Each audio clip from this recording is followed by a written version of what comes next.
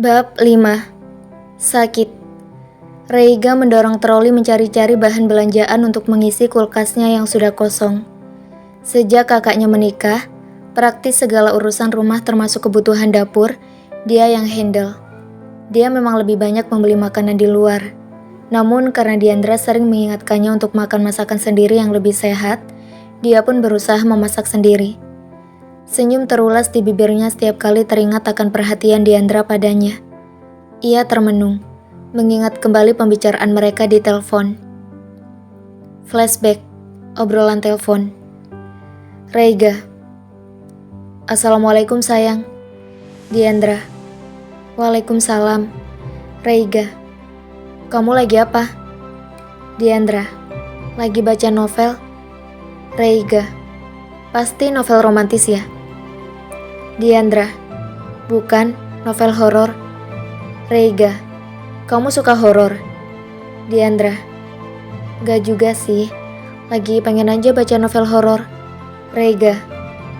Alia udah tidur belum? Diandra. Udah. Reiga. Kamu udah makan? Diandra. Udah juga. Kamu? Reiga. Udah juga. Beli ayam penyet di luar. Diandra. Kamu jarang masak ya? Padahal masak sendiri kan lebih sehat. Reiga. Gak ada yang masakin. Sejak Mas Bayu nikah, aku mesti nyiapin semua sendiri. Diandra. Belajar mandiri dong. Udah gede juga papa dilayani. Reiga. Oke deh sayang, demi kamu aku akan belajar masak. Diandra. Bukan demi aku, demi kesehatan kamu sendiri. Reiga. Kalau aku sehat, kamu juga kan yang seneng. Diandra. Ya iyalah, masa iya aku seneng kalau kamu sakit? Reiga. Berarti kalau aku sakit, kamu sedih. Diandra. Reiga. Kok cuma Kamu sayang gak sih sama aku? Diandra. Harus ya dijawab. Reiga. Ya kalau kamu gak mau jawab, gak masalah. Yang penting aku tahu, hati kamu buat aku. Diandra. Ih, pede banget. Reiga. Kamu hanya malu mengakuinya. Diandra. Au ah. Reiga. I love you. Diandra. Reiga. Mulu dari tadi. Diandra. Terus aku harus balas apa? Reiga. Ya bilang love you tuh atau gimana? Diandra. Males ah. Reiga. Sama pacar sendiri pelit amat. Diandra. Reiga. Malah ketawa. Diandra. Kamu lucu. Reiga. Kamu suka kan? Diandra. Reiga. Sesekali bilang aku sayang kamu atau I love you dong. Pura-pura juga gak apa-apa.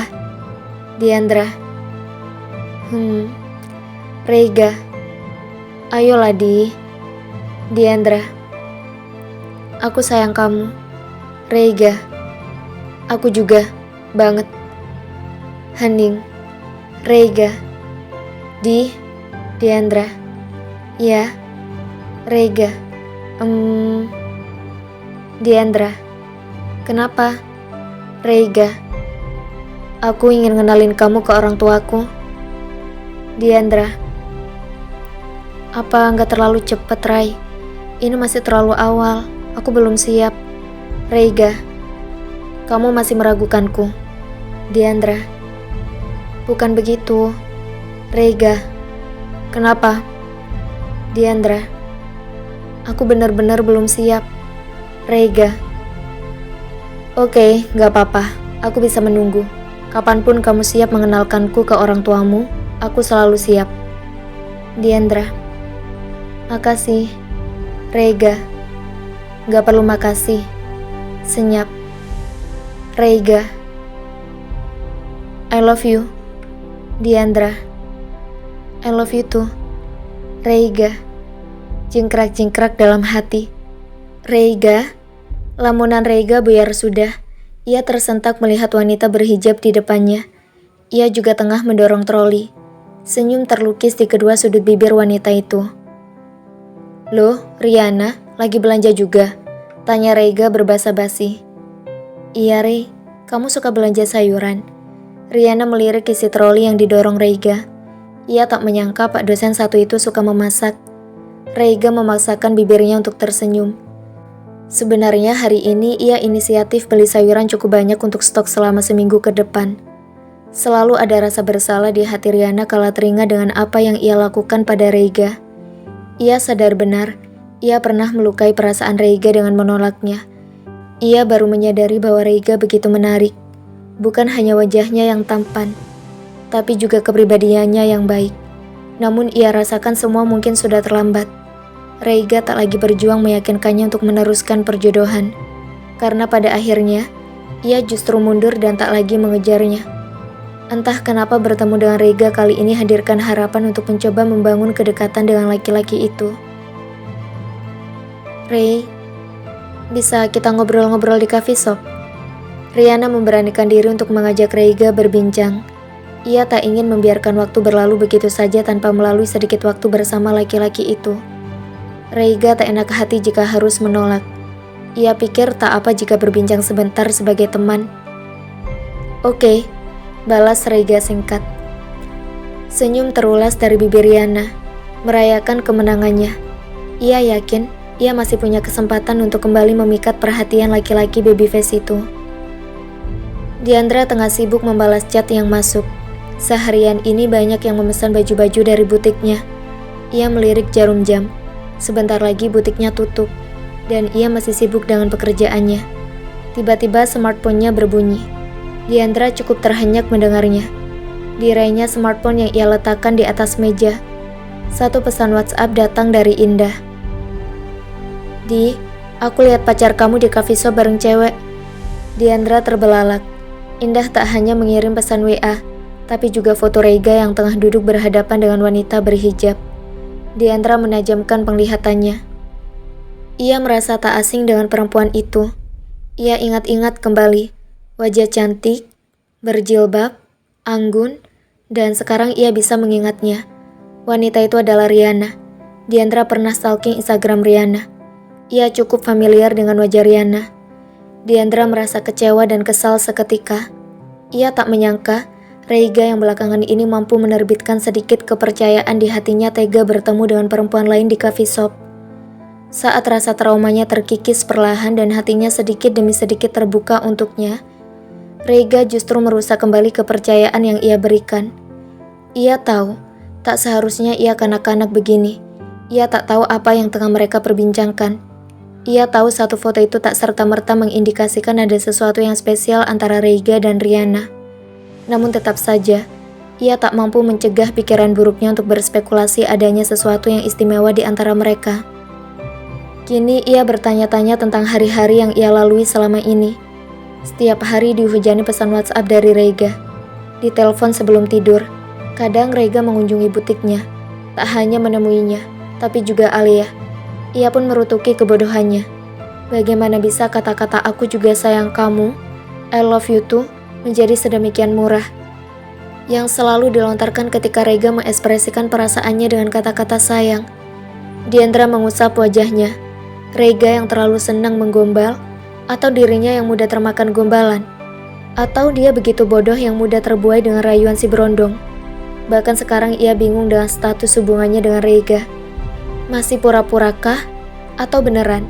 Kalau memang pura-pura, apa dia masih berhak untuk kesal dan cemburu melihat foto Rega duduk berdua dengan Riana di coffee shop? Ia menghembuskan nafas. Satu hal yang ia takutkan adalah jika perasaannya pada Rega tumbuh begitu lebat tanpa mampu ia hentikan. Ia sadari, ia mulai terbawa perasaan. Meminta penjelasan dari Rega pun ia rasa bukan pilihan terbaik. Hal ini akan menunjukkan kelemahannya. Rega akan merasa di atas angin jika tahu Diandra cemburu padanya. Ia putuskan untuk menjauh sejenak dari Rega. Malam ini Rega tak bisa memejamkan mata. Semua pesan WhatsApp yang ia kirimkan pada Diandra, tak ada satupun yang dibalas. Panggilan teleponnya tidak ada yang diangkat. DM Instagram, inbox Facebook, juga sepi tanggapan. Komentar-komentar yang ia tujukan pada postingan Diandra di akun media sosialnya juga tak ada yang dibalas. Rega gergetan sendiri.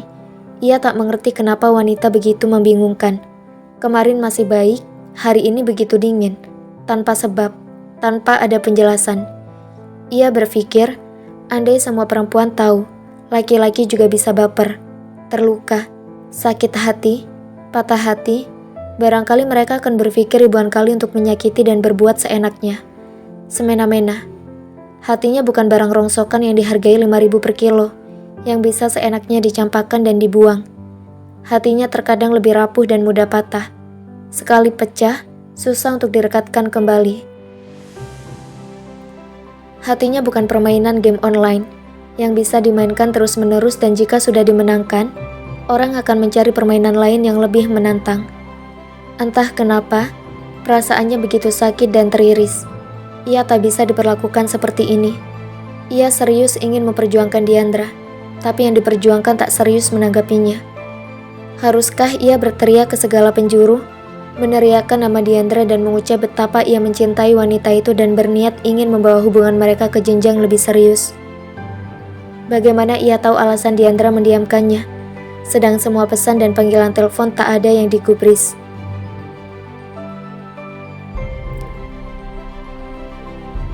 Bagaimana ia tahu alasan Diandra mendiamkannya, sedang semua pesan dan panggilan telepon tak ada yang digubris. Di, please, balas pesanku. Kenapa kamu mendiamkan aku?